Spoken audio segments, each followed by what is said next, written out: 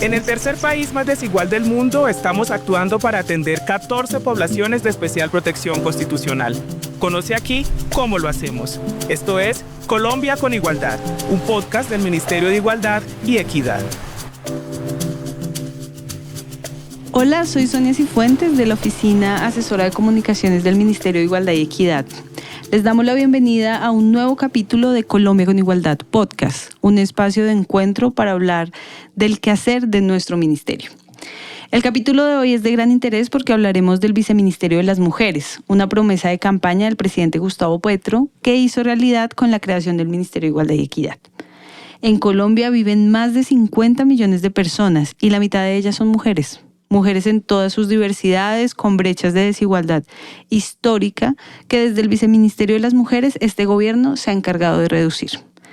Las violencias basadas en género, la generación de recursos propios, la formación política, el pleno goce de sus derechos y el fortalecimiento de su participación en cargos directivos son algunos de los temas que se abordan desde 5 direcciones especializadas para llevar nuestra respuesta institucional a las mujeres en todas sus diversidades en todo el país. Hoy nos acompañan Paula Triviño Gaviria, directora para la autonomía económica de las mujeres, socióloga y magíster en ciencias económicas, Diana Kiwa González, abogada, directora para Madres Cabeza de Familia, Ana Boncas, profesional especializada de la Dirección de Actividades Sexuales Pagas, psicóloga comunitaria, puta y activista. También nos acompaña Kelin Duarte Pérez, directora para la Garantía de los Derechos de las Mujeres, psicóloga feminista y terapeuta con maestría en estudios de género, y Clara Inés Valdés, directora para la Prevención y Atención de Violencias contra las Mujeres, una mujer afro, bogotana, trabajadora social, magíster en investigación social interdisciplinaria y biodanzante. 5 direcciones. 5 directoras con quienes abordaremos distintas temáticas para avanzar en la garantía de derechos de las mujeres, como son el derecho a la vida, al trabajo, a la educación. Vamos a comenzar entonces hablando del derecho a la vida y la seguridad de las mujeres en unos contextos de alta vulneración hacia nosotras.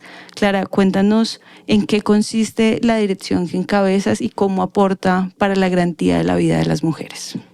Bueno, contarte que la Dirección de Prevención y Atención de Violencias contra las Mujeres es una apuesta importante del Viceministerio de las Mujeres para reducir esa gran brecha que tenemos para atender las violencias basadas en género. Bueno, la dirección tiene 3 líneas de trabajo. La primera, que es seguridad integral para las mujeres, que aborda todo el concepto y el enfoque de seguridad humana. La segunda, que tiene que ver con el Sistema Nacional de Registro, Atención, Seguimiento y Monitoreo de Violencia Basada en Género, SALVIA.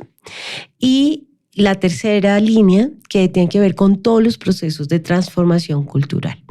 Esta es una apuesta que tiene como 3 lugares, ¿cierto? Entonces aborda procesos preventivos, de prevención a nivel nacional, de cómo prevenimos la violencia basada en género, cómo atendemos también la violencia caso a caso, que ahorita te explicaré un poco, y finalmente, pues todos los procesos de transformación cultural que estamos haciendo a nivel nacional que permiten que este tipo de violencias no se legitimen.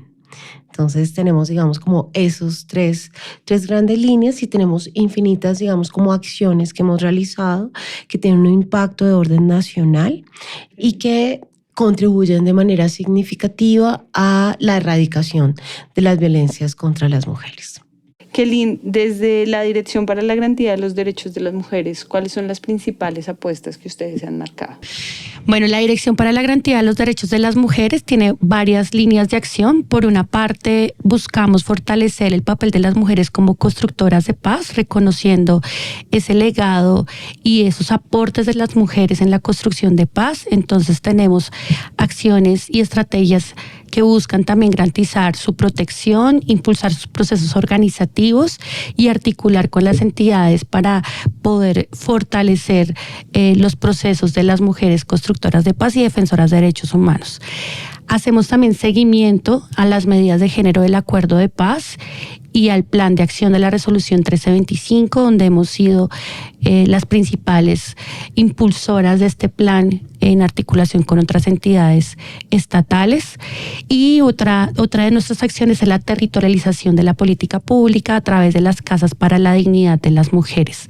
La dirección también tiene a su cargo asuntos relacionados con la salud integral de las mujeres, los derechos sexuales y los derechos reproductivos, y en esta medida lo que buscamos es implementar estrategias, procesos, programas que buscan garantizar los derechos de las mujeres desde el reconocimiento de las mujeres como sujetas de derecho. Entonces, la dirección tiene un marco amplio de acción que pasa por promover las medidas y acciones para garantizar el derecho a la participación, a la paz, a la salud, derechos sexuales, derechos reproductivos, digamos que desde una visión más integral. La dirección para la autonomía económica de las mujeres y cuál es el aporte que hace para la defensa de la vida y la seguridad de ellas. Gracias, Sonia. Bueno, con el saludo para todos, todas, todes. La Dirección para la Autonomía Económica de las Mujeres se encarga de dar cumplimiento, de avanzar en las condiciones propicias desde los mandatos tanto internacionales como nacionales en aras de promover y sostener la autonomía económica de las mujeres mediante varios elementos. Uno de ellos importantes pues es las condiciones para que las mujeres puedan acceder de forma continua a diferentes recursos económicos, pero también a recursos sociales, a recursos de su tiempo, para que puedan propiciar su vida digna, su calidad de vida y también pues desde el concepto propio que ellas tengan del bienestar, ¿no? Del bienestar suyo, de sus familias, de sus comunidades, de sus barrios y de sus territorios. El programa permite a su vez que las mujeres cuenten con medios para decidir y ejecutar esas acciones en relación precisamente a sus propios recursos, más allá, digamos, de un elemento de supervivencia. Lo que buscamos con el programa es forjar articulaciones interinstitucionales con el sector público, con el sector privado, pero también con los sectores internacionales para que las mujeres puedan acceder a esos diferentes tipos de recursos económicos, sociales, de tiempo, y puedan responder, digamos, a tanto sus aspiraciones individuales como a sus diferentes aspiraciones colectivas. Diana, tú cuéntanos, por favor, ¿por qué tener una dirección para madres cabeza de familia y a qué se le está apuntando desde la apuesta del ministerio? Bueno, muchas gracias, Sonia, y a toda la audiencia que nos escucha. Bueno, yo creo que tener una dirección para las madres cabezas de familia es muy importante y es necesario, principalmente porque en el universo y la diversidad de todas las mujeres, en el marco de las jefaturas de hogar en el país, las madres cabezas de familia constituyen alrededor del 56.7% según la encuesta de demografía y salud del Ministerio de Salud del año 2025. Y alrededor del 46% de acuerdo a la del último análisis del DANE sobre jefaturas de hogar femenina. Y yo creo que esto pues es un mensaje, ¿sí?, contundente de las condiciones en las que hoy viven las mujeres asumiendo sus hogares, ¿sí?, de manera solas y además en condiciones de desigualdad, ¿sí?, y que frente a eso el Estado colombiano tiene una deuda muy grande con esas mujeres. La mayoría están en pobreza extrema según la encuesta de demografía y salud, y eso es muy importante porque eso implica que toda la institucionalidad pues tenga que volcarse a sustentar a las mujeres que están sosteniendo toda una sociedad. Lo que nosotros denominamos la nación popular son mujeres que están con su trabajo diario en condiciones muy precarias, muy difíciles, sin el reconocimiento de su trabajo de cuidado, ¿sí? Asumiendo pues un trabajo desproporcionado, ¿no?, que cuesta la salud, que cuesta la seguridad económica, que cuesta construir proyectos de vida en autonomía, ¿sí?, y en dignidad. Entonces creo que esa importancia de poder tener políticas públicas dirigidas a superar esas condiciones de desigualdad de las madres cabezas de familia son necesarias y se materializó con la creación del Ministerio de Igualdad, del Viceministerio de las Mujeres, ¿sí?, y de la dirección, por supuesto, sobre todo porque por primera vez se construye también una perspectiva de atención a las madres cabezas de familia desde la integralidad integralidad de los derechos, ¿sí? Cuando nosotros revisamos, digamos, todos los documentos de política pública, las leyes, las normas, las sentencias de la Corte Constitucional, identificamos que hay una visión de asistencialismo también sobre cómo debe responderse a las mujeres para poder superar esas condiciones de desigualdad. Y lo que nosotros intentamos con la dirección a través del programa Mancay, que está dirigido específicamente a atender a esta población, es construir desde una perspectiva de integralidad de derechos, digamos, toda una visión de lo que implica la atención a las madres cabezas de familia. Muchas gracias, Diana. Bueno, y Ana, tú vienes de la Dirección para las Mujeres en Actividades Sexuales Pagas, como hemos visto aquí. Las mujeres en todas sus diversidades han sufrido violencia, vulneración, toda clase de discriminaciones, pero una de las poblaciones de mujeres que más han padecido todo este tipo de violencias, sin duda alguna, son las que ejercen actividades sexuales pagas. Esto es un hito, ¿no? Tener la posibilidad de contar con una estructura desde gobierno que pueda atender a estas mujeres. Cuéntanos un poco más sobre esto, cómo se llega a lograr tener esta dirección y cuáles son como las búsquedas que se tienen con ella para acompañar a las mujeres en actividades sexuales pagas. Muchísimas gracias, Sonia. Sí, por supuesto, definitivamente las mujeres en actividades sexuales pagas ha sido una población que ha sido discriminada históricamente. Entendemos también que esas violencias vienen de violencias institucionales que debemos nosotros desde el gobierno y desde el Estado y sobre todo la creación de la dirección poder prevenir estas violencias que no solamente es por su ejercicio, sino también por el hecho de ser mujeres. Trabajamos con mujeres en actividades sexuales pagas diversas y diferenciales y es un enfoque muy particular porque no es lo mismo ser una puta privilegiada en Bogotá que una mujer negra transexual en un departamento como Chocó. Esto nos ha permitido identificar y poder reconocer esas violencias, poder reconocer esas historias de vida que es necesario que desde el Estado, desde el gobierno se reconozcan como mujeres sujetas de derecho. Por supuesto, somos la primera dirección de actividades sexuales pagas a nivel mundial, donde hemos trabajado con diferentes proyectos y lo que pretendemos es mitigar no solamente las violencias que estamos hablando, sino que también poder darles alternativas a las mujeres para que desde su ejercicio de sus derechos puedan tener una autonomía y puedan reconocer si realmente quieren seguir ejerciendo. Por supuesto que estamos trabajando en poder erradicar lo que llamamos nosotros prostitución colonial, y es que podamos ser vistas como sujetas de derechos, con la oportunidad de poder decidir desde nuestros cuerpos, pero también desde la oportunidad de la garantía de los mismos, es decir, poder dar alternativas de vida, poder mitigar todas esas brechas, tanto en salud, por ejemplo, en educación, o todas esas brechas que también nos generan tanta inconformidad y tanta dolor y tanta violencia en el territorio, sobre todo con nosotras las mujeres en actividades sexuales pagas. Pues como decía, es un hito. Estamos muy contentas, es el primer paso del reconocimiento. Esperamos llegar no solamente a poder trabajar con el tema de alternativas de vida, que sean ellas las que tomen decisión sobre su cuerpo, pero también que tomen decisión sobre su vida, que para nosotros es importante, ¿no? Que el ejercicio del trabajo sexual no se haga desde la precarización en la que estamos, sino que desde un marco mínimo de garantías que nos permita elegir si queremos seguir ejerciendo. Iniciamos este proyecto, por supuesto, en manos del gobierno, que ha tenido un reconocimiento súper importante a las mujeres en actividades sexuales pagas, pero también ha sido una lucha que se ha generado en las calles. Han sido mujeres que se han empoderado, que han buscado su reconocimiento y su dignidad.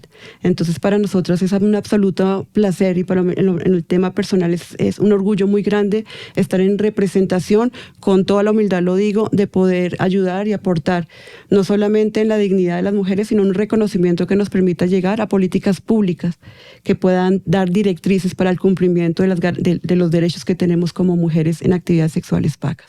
Bueno, muchas gracias, Ana. Una de las principales apuestas del Ministerio de Igualdad y Equidad es justamente la interseccionalidad, ¿no? Comprendiendo las características propias de nuestras 14 poblaciones de especial protección constitucional, pero también la caracterización de las mujeres en todas sus diversidades, particularmente desde el Viceministerio de las Mujeres, quiero preguntarles cuál es la respuesta institucional que están recibiendo hoy las mujeres ya como en lo concreto, en los territorios, desde cada dirección, pero entendería yo que en esa sombrilla de lo interseccional, pues por supuesto todas las mujeres, las jefas de hogar, las que están en actividades sexuales pagas, pues requieren de autonomía económica, así como que todo se entreteje. Entonces que nos puedan contar eso, cómo se evidencia en el trabajo que se está desarrollando hoy con las mujeres en los territorios.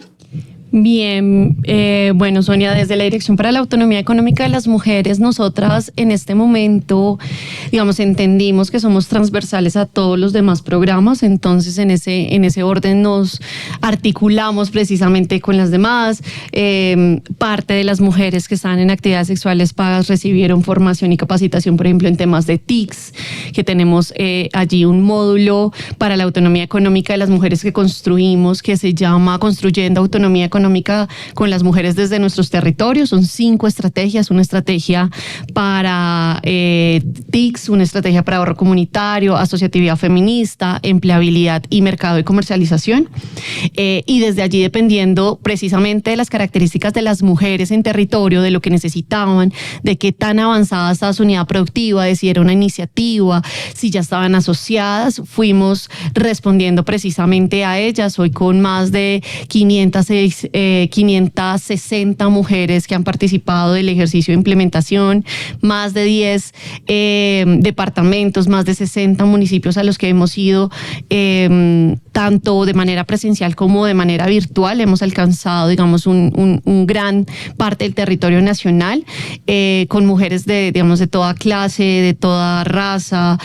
Tenemos profesionales, pero también hemos tenido mujeres vulnerables, madres cabeza de familia, mujeres indígenas. Hemos llegado a resguardos donde el Estado no ha llegado en más de 40 años.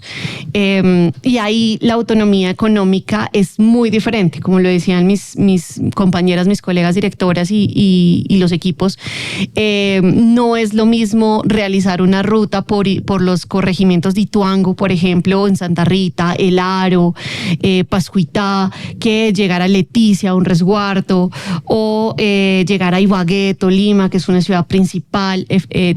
Diferentes lugares nos traen diferentes mujeres y diferentes necesidades, y autonomía económica lo que ha buscado es ser transversal, ser una base para la garantía de los demás derechos de las mujeres, que entendamos no solamente ellas, porque ellas les han vendido un discurso donde no somos productivas, donde debemos quedarnos en la casa, donde no debemos ejercer ningún tipo de libertad, y lo que hace la autonomía económica es decirles no, somos supremamente productivas, lo que realizamos, el trabajo que hacemos en nuestro hogar es trabajo, y en tanto es trabajo requiere una visibilización, un reconocimiento, y asimismo les damos herramientas desde la tecnología, desde el entender cómo inicia una iniciativa productiva, cómo alcanzar, digamos, una sostenibilidad de sus unidades de negocio.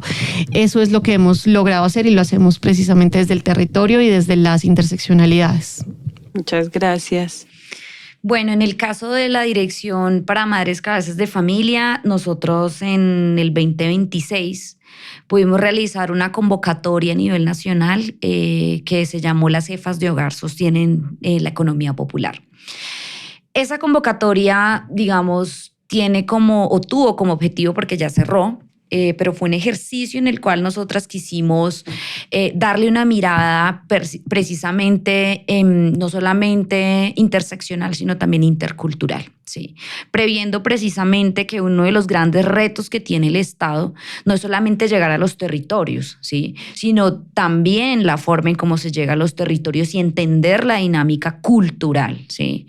Es necesaria también para poder generar medidas apropiadas, ¿sí?, para poder estar en esos territorios y atender a esas mujeres también, ¿sí?, que todas también, además en su diversidad, tienen necesidades específicas, ¿sí? Entonces no es lo mismo llegar con la convocatoria convocatoria a La Guajira, ¿sí? Donde hay una presencia mayoritaria de mujeres indígenas del pueblo wayú, ¿sí? Que llegar a la Amazonía, ¿sí? Que son también mujeres indígenas, pero que además son mujeres donde el idioma, por ejemplo, de mayor práctica es, por ejemplo, el idioma propio, ¿sí? Entonces, creo que esos son también parte de los retos que nosotros quisimos también poner ahí en la convocatoria y sobre todo en su divulgación y en su circulación, quisimos darle esa perspectiva para que todas las mujeres en su diversidad pudieran participar, ¿sí? Y entonces se hizo un ejercicio muy importante de traducción e interpretación, ¿sí? En lenguas propias, en idiomas propios. Se hizo un ejercicio también de territorialización y de apropiación y divulgación de la convocatoria, explicándolo con métodos pedagógicos adecuados. Nosotros sabemos también que obviamente a veces esos proyectos se estructuran desde unos lenguajes técnicos muy complejos, y estamos hablando de mujeres que ni siquiera, ¿sí?, han pasado el quinto de primaria, y hay que también bajar el lenguaje, ¿sí?, adecuarlo también para que realmente un proyecto como el que impulsa la dirección pues realmente pueda beneficiar a estas mujeres que están mayoritariamente, como yo lo decía al principio, en pobreza extrema. Muchas gracias, Diana. Queda uno muy sorprendido en efecto de todo lo que puede significar un proyecto, ¿no? Como que tú nos cuentes hoy que más de 10.000 mujeres estuvieron inscribiéndose, tocando la puerta para decir, hey, somos madres cabezas de hogar que necesitamos apoyo y que seguramente en próximos proyectos también podrían ser beneficiarias. Es muy importante y da cuenta de hasta dónde realmente está calando la apuesta institucional del Ministerio de Igualdad y Equidad, y particularmente del trabajo con mujeres que se está haciendo a nivel nacional. Bueno, Ana, tú cuéntanos desde la Dirección de Actividades Sexuales Pagas. Bueno, desde la dirección ha sido un reto completamente llegar a entender una población que jamás había sido reconocida. Desafortunadamente, el único número que tenemos en este momento es el número que nos presenta Medicina Legal. Cuando hacemos un recorrido, buscamos la historia de las mujeres en actividades sexuales pagas, no hay un reconocimiento, no hay una caracterización que nos permita identificar la problemática y poder, pues, por supuesto, generar medidas que permitan mitigar todas estas violencias que hemos hablado. Sin embargo, desde la dirección tenemos 3 componentes que vienen asociados a unos proyectos que son muy importantes. Entre esos estamos hablando sobre el tema de la prevención de violencias y discriminación, y para eso es muy importante hablar un poco del proyecto que está en proceso precontractual, que es Laura Alarcón Switch, que pretende hacer una identificación, una caracterización que nos permita dar la primera línea base para poder gestionar un tipo de política pública asertiva y afectiva con la población. Para nosotros es muy importante este proyecto, esperamos poderlo ejecutar.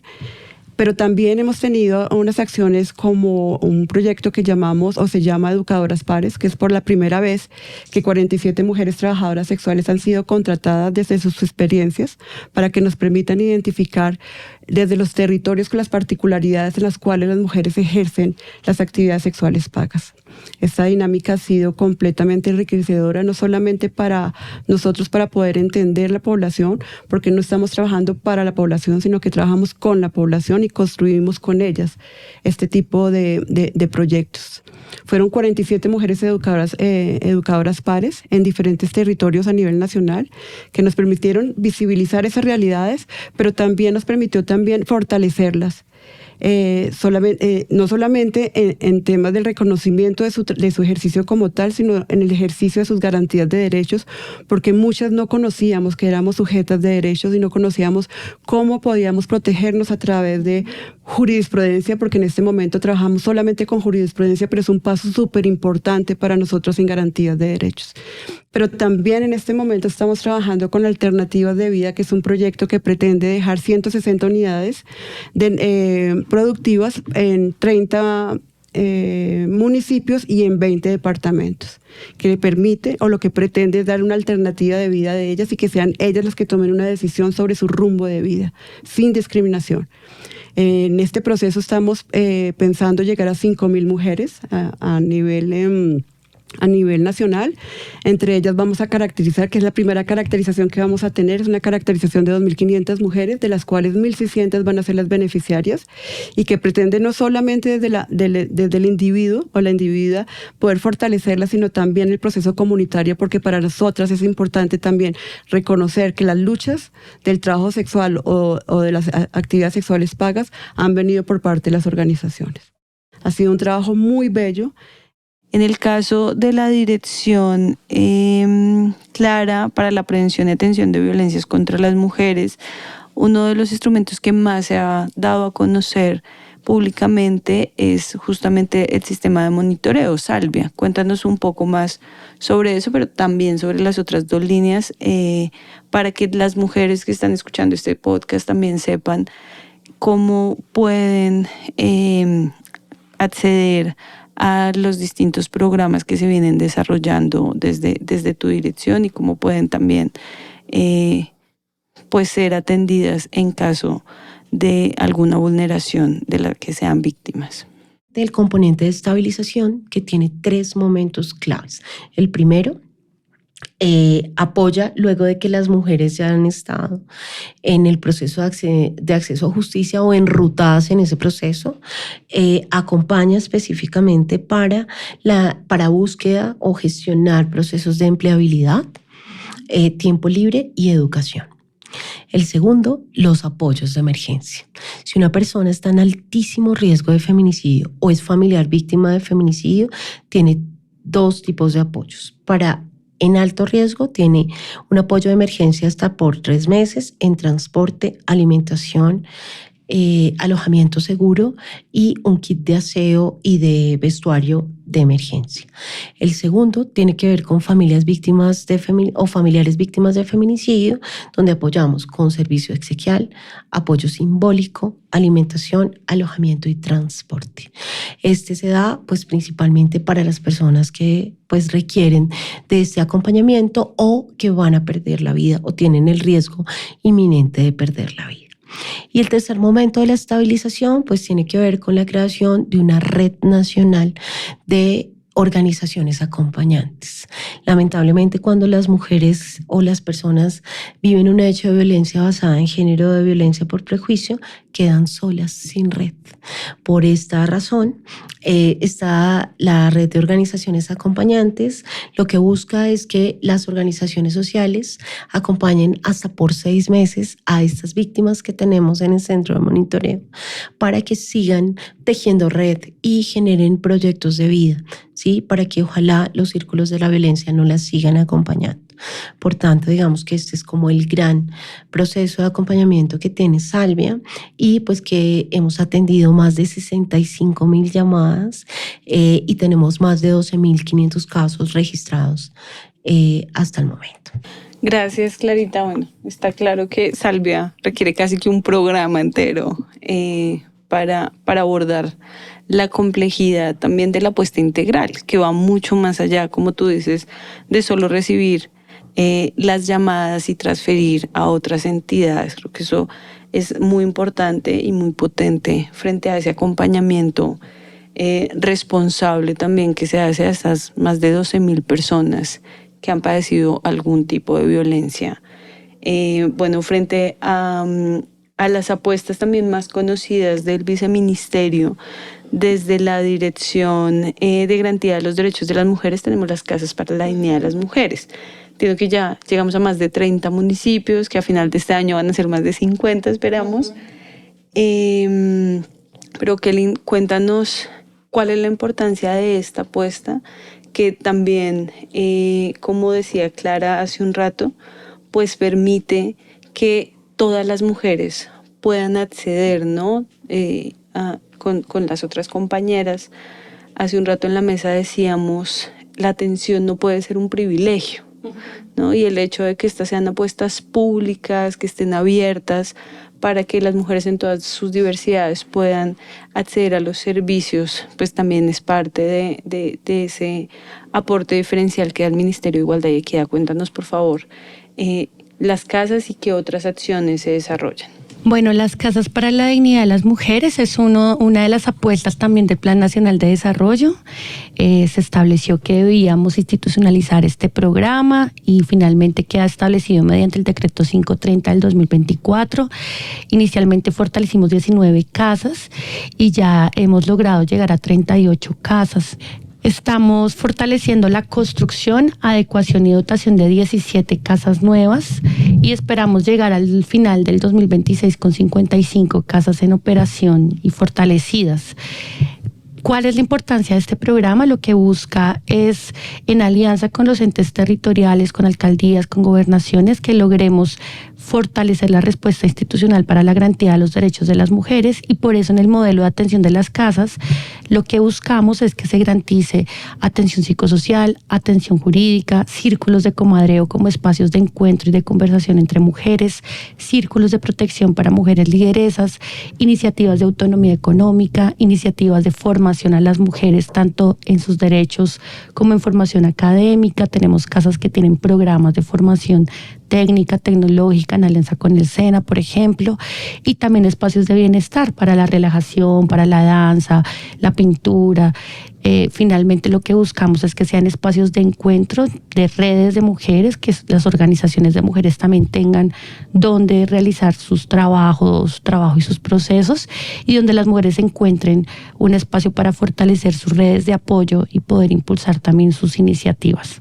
Bueno, y desde el grupo de gobernanza de género, ¿cuáles son las principales acciones que se desarrollan con las mujeres? Bueno, el grupo, de las cosas a destacar del grupo de gobernanza de género es el trabajo con la mesa de mujer y género. La mesa es una instancia en la que participan delegadas de todos los sindicatos del sector público. El gobierno nacional suscribió un acuerdo con todos los sindicatos del sector público y allí también hay un capítulo de mujer y género.